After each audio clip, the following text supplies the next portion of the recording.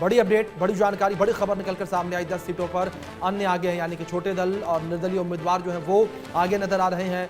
ये बड़ी खबर है जो इस बीच निकलकर सामने आ रही है। इलेक्शन कमीशन के ये आंकड़े हैं, बहुत महत्वपूर्ण ये आंकड़े भी हैं। 78 सीटों के रुझान इलेक्शन कमीशन ने जारी किए हैं। पुनीता, बिल्कुल, इलेक्शन कमीशन की ओर से ये आंकड़े जारी किए गए हैं और ईशान त्यागी जी इसी का जिक्र कर रहे थे कि देखिए अब इलेक्शन कमीशन ने तो आंकड़े अभी तक जारी नहीं किए, लेकिन अब इलेक्शन कमीशन ने ये बताया कि देखिए अभी भी जो एनडीए है और बीजेपी है वो कई सीटों पर इस वक्त आगे चलती हुई नजर आ रही है। और बात कांग्रेस की करते हैं तो कांग्रेस देखिए 3 सीटों पर कांग्रेस अभी आगे चल रही है।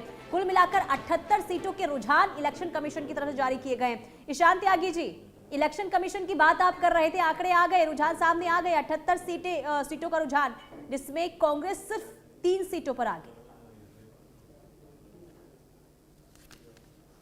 खुशबू जी, जो आप आंकड़े बता रही हैं वो दोबारा से बदल गए, क्योंकि मेरे सामने भी लाइव खुला हुआ है और 95 सीटों के आंकड़े आए हैं अभी 243 में से। तो लगभग अभी मुझे लगता है 50% भी, 40% सीटों पे भी अभी जो आंकड़े हैं वो नहीं आए हैं। और कांग्रेस का भी आंकड़ा आपने बोला कि 3 था, वो बढ़ के 5 हो गया, तो 2 सीटें और बढ़ गई हैं जिसपे रुझान आने शुरू हुए हैं अभी। तो मैं वही कहूंगा दोबारा से कि बहुत जल्दी होगी अभी कोई भी हमें किसी कंक्लूजन पे पहुंचना। हाँ, 12 बजे अगर आप हम लोग साथ में चर्चा करेंगे तो आप ये हेलो जी बोलिए सर। और इस बीच हमारे साथ बीजेपी से भी जो स्पोक्स पर्सन है हमारे साथ लगातार बनी हुई है, उनका रुख करेंगे। अगर बात यहाँ पर इन नतीजों को लेकर हम जिस तरीके से कर रहे हैं, रुझानों को लेकर कर रहे हैं, लेकिन क्या इस बीच आपको लगता है कि जिस तरीके से जीत की तैयारियां पहले से की जा रही थी, जो आरोप लगाए जा रहे हैं आरजेडी के द्वारा और दूसरी ओर कांग्रेस के द्वारा कि वोट चोरी हुई है, ईवीएम में अगर गड़बड़ी नहीं हुई, अगर वोटों की चोरी नहीं की गई और जो मतों की गिनती है उसमें गड़बड़ी अगर नहीं हुई, तो हमारी जीत निश्चित है? देखिए, महागठबंधन जो आरोप लगातार वोट चोरी का जो लगा रही है, तो मैं तो कहूंगी कि अभी जिन पर उनके रुझान आ रहे हैं वो आगे हैं और जिस पर उनकी जीत दर्ज होगी तो यही आरोप उनको वहां भी लगाना चाहिए। अब बिल्कुल आऊंगा मैम मैं आपके पास, लेकिन इस बीच एक बड़ी खबर निकलकर सामने आई है। अपडेट है महुआ से, तेज प्रताप यादव लगातार पीछे हैं। ये बड़ी जानकारी निकलकर सामने आई तेज प्रताप यादव को लेकर कि शुरुआत में तो आगे निकले लेकिन अब पीछे लगातार बने हुए हैं। तेज प्रताप यादव फिलहाल तीसरे नंबर पर हैं। ये बड़ी जानकारी है, तेज प्रताप यादव लगातार तीसरे नंबर पर बने हुए हैं। चिराग की पार्टी के संजय सिंह आगे हैं, यानी कि एलजेपी एनडीए महुआ से आगे है। जी मैम, अपनी बात कंप्लीट करें प्लीज। जी, मैं ये कह रही थी कि कांग्रेस लगातार वोट चोरी का आरोप लगाती है और लगाती रही है, लेकिन मैं उनसे पूछना चाहती हूँ कि आप जहां पर जीत जाओगे वहां पर भी तो वोट चोरी के आरोप लगाओ आकर। आप जीत जाओ तो बहुत अच्छा, चुनाव आयोग बहुत अच्छा, ईवीएम की चोरी नहीं हुई, वोटों की चोरी नहीं हुई, ईवीएम कहीं नहीं गया। और जहां पर आप नहीं जीतो तो सारा ठीकरा जो है आप ईवीएम पर डाल दो, चुनाव आयोग पर डाल दो। तो ये खेल अब नहीं चलने वाला है। जनता जान चुकी है कि जो हारने वाले लोग हैं, जो भागने वाले लोग हैं, जो जनता को बीच मझधार में छोड़कर विदेश की यात्रा करने वाले लोग हैं, उनको जनता कभी भी माफ नहीं करती, ना उन पर कोई भी विश्वास जताती है। और ये जो विश्वास, जो परिणाम और रुझान जो देखने को मिल रहा है, वो इसलिए देखने को जनता के साथ जो है वो उसका उस जायके का उसको स्वीकार भी करना चाहिए और समझना भी चाहिए, क्योंकि जो जीता वो सिकंदर, जो हारा वो धुरंधर। तो जीत और हार जो है वो किसी भी चुनाव के में एक ही सिक्के के 2 पहलू होते हैं। अब दिक्कत यह है कि कुछ लोग जो है वो जनादेश को स्वीकार करने के बजाय उस पर जो है हाहाकार करने में ज़्यादा यकीन करते हैं, तो वो उनको जो है नुकसान करता है। आप अगर देखें इन 11-12 सालों में, 11 सालों में ख़ास तौर से, तो लगातार जनता का जो मूड और मिजाज है वो सुशासन की निरंतरता के लिए है, समावेशी विकास और समावेशी सशक्तिकरण को जो है के सफ़र को आगे बढ़ाने के लिए है, और मोदी जी ने वो करके दिखाया है। Let's wait and watch. लेकिन सर अब तक रिजल्ट आया भी नहीं है। मणिकांत ठाकुर का एक ट्वीट आया, वो कहते हैं कि वोट चोरी हुई है और रिजल्ट तो ऐसे ही आना था। देखो एक चीज़ मैं बताऊं, ये जो है वो धूर्तापूर्ण जो है धमाल और कमाल करने वाले धूल धूसित होते हैं। अब आप जो है वो जनतंत्र के या जनादेश के को स्वीकार करने के बजाय उस पर जो है वो हाहाकार करेंगे, हंगामा करेंगे, हुड़दंग करेंगे, और आपकी अपेक्षा होगी कि हमें जो है वो जनादेश जनता हमें दे, तो मुझे नहीं लगता कि ये जो है वो कभी भी जो है वो देश स्वीकार करता है। अरे भाई, जीत और हार दोनों एक सिक्के, मैंने कहा ना कि जीत का की जलेबी हो या हार का हलवा हो, दोनों जो है वो जनतंत्र का जायका है। आपको तो चाहिए कि केवल जो है वो हमें जीत चाहिए, जीत हमारा जन्मसिद्ध अधिकार है, ऐसा नहीं होता। लेकिन सर, आरजेडी के जो सुनील सिंह है वो कहते हैं कि अगर बिहार में एनडीए जीतती है तो नेपाल या बांग्लादेश जैसा हाल बिहार का हो जाएगा। देखिए, एक बात समझ लीजिए, आपकी वायलेंट एनार्की से वाइब्रेंट डेमोक्रेसी को आप हाईजेक नहीं कर सकते, उसको आप ध्वस्त नहीं कर सकते। अराजकता और उद्दंडता के जरिए जो है वो लोकतंत्र और जनतंत्र को कोई भी बंधक नहीं बना सकता। इस तो मुख्तार अब्बास नकवी को सुन रहे थे ईशान त्यागी जी, आपने सुना ना किस तरीके से वो कह रहे हैं कि देखिए, जो भी जनादेश होगा उसको स्वीकार करना चाहिए। जीत सिर्फ आप लोग ये चाहते हैं कि जीत हमें मिलनी चाहिए, जीत नहीं मिलती है तो आप चुनाव आयोग पर सवाल उठा देते हैं। एक मिनट, मैं आपको देखिए, अभी हमारी भारतीय जनता पार्टी की जो साथी है, मेरी बहन बैठी हुई हैं, उन्होंने ये बोला कि बाहर चले जाते हैं, ये करते हैं, वो करते हैं, राहुल गांधी जी के बारे में बोला। और मैं एक बात को आपको, आपके व्यूअर्स को बताना चाहता हूं कि जब पहलगाम में हमला हुआ तो प्रधानमंत्री मोदी जी वापस आए सऊदी अरेबिया से और उसके बाद बिहार भाग गए चुनावी रैली करने, चुनावी सभा करने। उसके बाद दिल्ली में अभी बम ब्लास्ट हुआ, उसके अगले दिन वो भूटान चले गए बर्थडे मनाने, बर्थडे का केक खाने वहां पे राजा के। तो ये देखिए, रण छोड़ के भागना प्रधानमंत्री मोदी जी करते हैं, ये राहुल गांधी जी नहीं करते हैं। राहुल गांधी जी हैं जो जितने भी विक्टिम्स हैं उनके परिवारों से मिलने का काम करते हैं, कानपुर भी जाने का काम करते हैं। आप और आइए बात, अब इन्होंने, क्योंकि एक आक्षेप हम पे एक बार आपके यहाँ बड़ा एको आ रहा है, प्लीज इसको थोड़ा ठीक करवा दीजिए। सर, आपकी आवाज हम तक क्लियर आ रही है, आप बोलिए सर।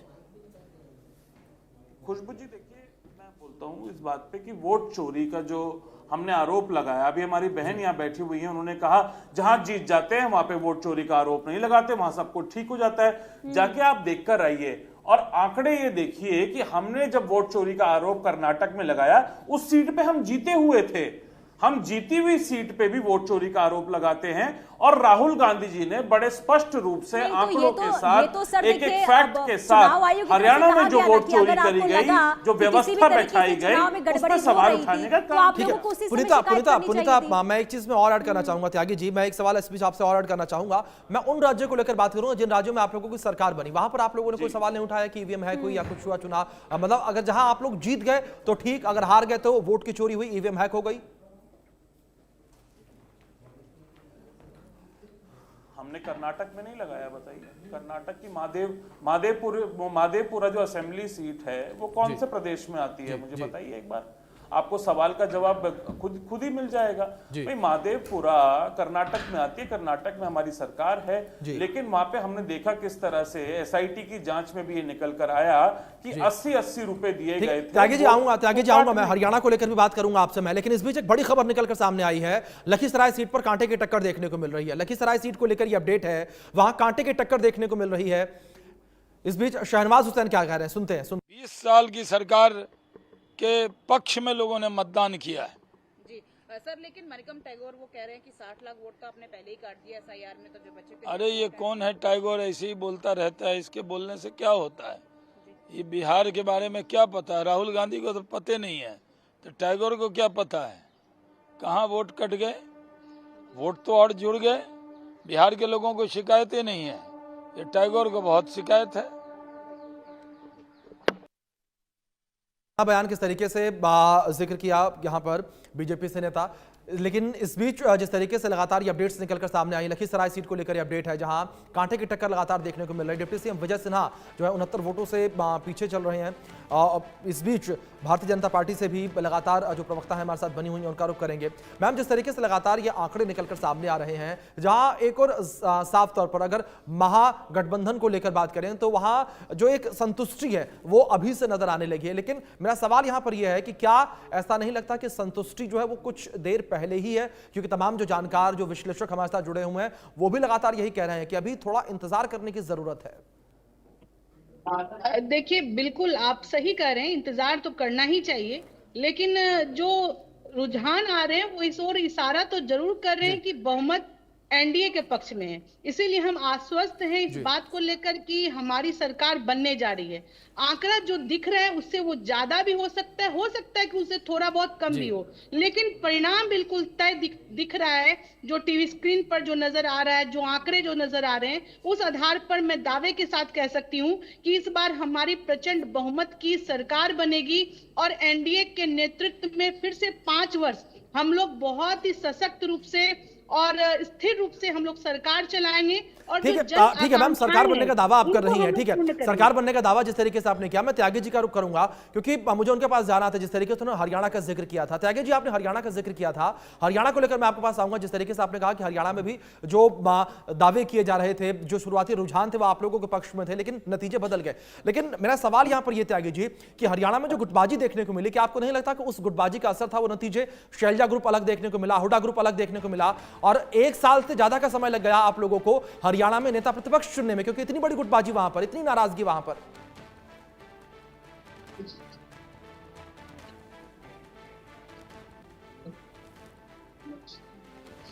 चलिए, था कोई तकनीकी खामी की वजह से त्यागी जी तक आवाज शायद नहीं पहुंच पा रही, हम फिर से रिकनेक्ट करेंगे। सवाल उनसे मैं यही दोहराऊंगा। लेकिन दूसरी ओर आलोक सर, मैं आपका रुख करूंगा, और जिस तरीके से हम अभी जिक्र कर रहे थे, यहाँ पक्ष विपक्ष लगातार आमने सामने अब हैं, अपने अपने दावे जाहिर तौर पर पेश किए जा रहे हैं शुरुआती रुझानों को लेकर। लेकिन क्या आलोक सर, आपको भी लगता है कि ये महागठबंधन की विपक्ष की एक बड़ी कह सकते हैं कि भूमिका रही है कि हार को एक्सेप्ट नहीं किया? जहां जीत गए वहां तो जश्न खूब बनाया, लेकिन जहां हार गए वहां पर ठीकरा उन्होंने ईवीएम पर फोड़ दिया, चुनाव आयोग पर फोड़ दिया। देखिए, ये तो हमेशा पिछले चुनाव में देख चुके हैं हम लोग, और जिस तरह से आपने हरियाणा का जिक्र किया जी, दिलचस्प बात यह है कि जिस वोट चोरी का अभी उन्होंने एक अपना जो बम फोड़ा था राहुल गांधी जी ने, वो कितना खुश हो गया। वो ब्राजील की महिला, उसने कहा भाई मैं तो 20 साल से कभी गई नहीं, जबकि आज सुबह भी मैंने हमारे चैनल पर दूसरी जगह भी देखा, जब वो उनके प्रवक्ता कह रहे हैं कि कांग्रेस के प्रवक्ता की देखिए ब्राज़ील की महिला ने आके वोट डाल दिया। वो बेचारी हेयर ड्रेसर हैं, और वो भारत का छोड़िए, उन्होंने कोई उनका कोई फ़ोटो कहीं पड़ा हुआ था, उन्होंने डाल दिया, और यहाँ पर कह दिया गया यदि वोटर लिस्ट में कुछ गलत नाम हो सकते हैं तो उन्होंने वोट नहीं डाला ना। नाम यदि कहीं किसी का लिखा है, ये वो टेक्निकल गलती भी हो सकती है या वहाँ के किसी असावधानी। इस तरह से वोट चोरी के आरोप जब लगाते हैं तो ये दुर्भाग्य है कि आप, वरना भूपेंद्र सिंह हुड्डा से बड़ा नेता कोई नहीं था हरियाणा में बिल्कुल वर्षों से। अब भूपेंद्र सिंह हुड्डा ने तो ऐसे आरोप नहीं लगाए। उन्होंने बाहर को जब समझ में आ गया कि हाँ हारे, ठीक है, उन्होंने कुछ कहा, गड़बड़ी हुई होगी, लेकिन जिस तरह से राहुल गांधी ने प्रेस कॉन्फ्रेंस की, क्या भूपेंद्र सिंह हुड्डा करेंगे? क्योंकि वो तो एक एक बूथ को जानते थे, उन्होंने अपने लोगों को बूथ पर रखा। यदि चोरी होनी थी तो बूथ पर ही, वहीं पर पता चल जाता साहब ये गलत आदमी वोट डाल रहा है। देखिए, हरियाणा या छोटी जगह पर सर, अभी तो देखिए रुझान आ रहे हैं, लेकिन सुबह से ही अगर हम बात आरजेडी की करें, तमाम तरीके से अलग अलग तरीके से प्रतिक्रिया सामने आ रही है कि देखिए सरकार तो हम ही बनाएंगे, अगर किसी भी तरीके से कोई गड़बड़ी ना हो तो इसे किस तरीके से समझा जाए? यानी कि आप पहले से ही तमाम तरीके से माहौल बना रहे हैं कि देखिए भैया हम जीत गए तो अब तमाम चीजें सही थी, नहीं जीते तो वोट में गड़बड़ी हुई है। और देखिए कितना निश्चिंत हैं वो, चले गए कहाँ पर घूमने के लिए, मस्कट। प्रियंका गांधी चली गई अमेरिका।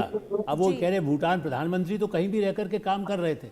वही उनको तो कोई जनता के बीच जाना ना, अपने यदि पार्टी जीत रही है या हार रही है, उनके साथ सहानुभूति के साथ राहुल जी का रहना एक अलग बात है। आप प्रतिपक्ष में भी रहें, आपको मैदान में रहना होगा ना।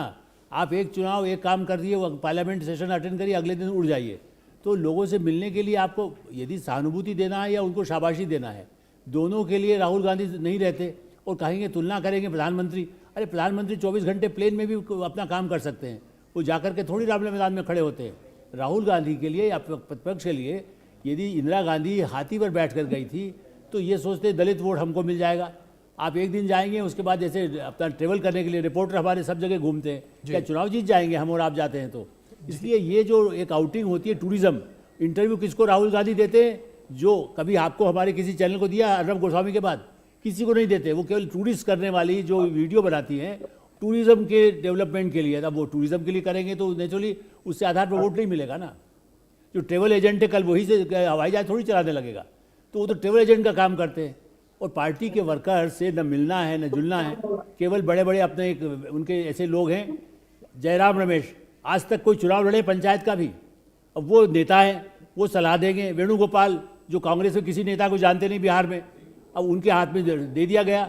कितने आरोप लगे हैं, मुझे लोगों ने डिटेल्स दिया, मैं यहाँ नहीं बोलूँगा, 5-5 करोड़ रुपए टिकट के लिए मांग लिया बिहार जैसी जगह में जहां पर 40 सीट आपको लड़ना था। ऐसी स्थिति में मुझे लगता है कि यही दुर्भाग्य है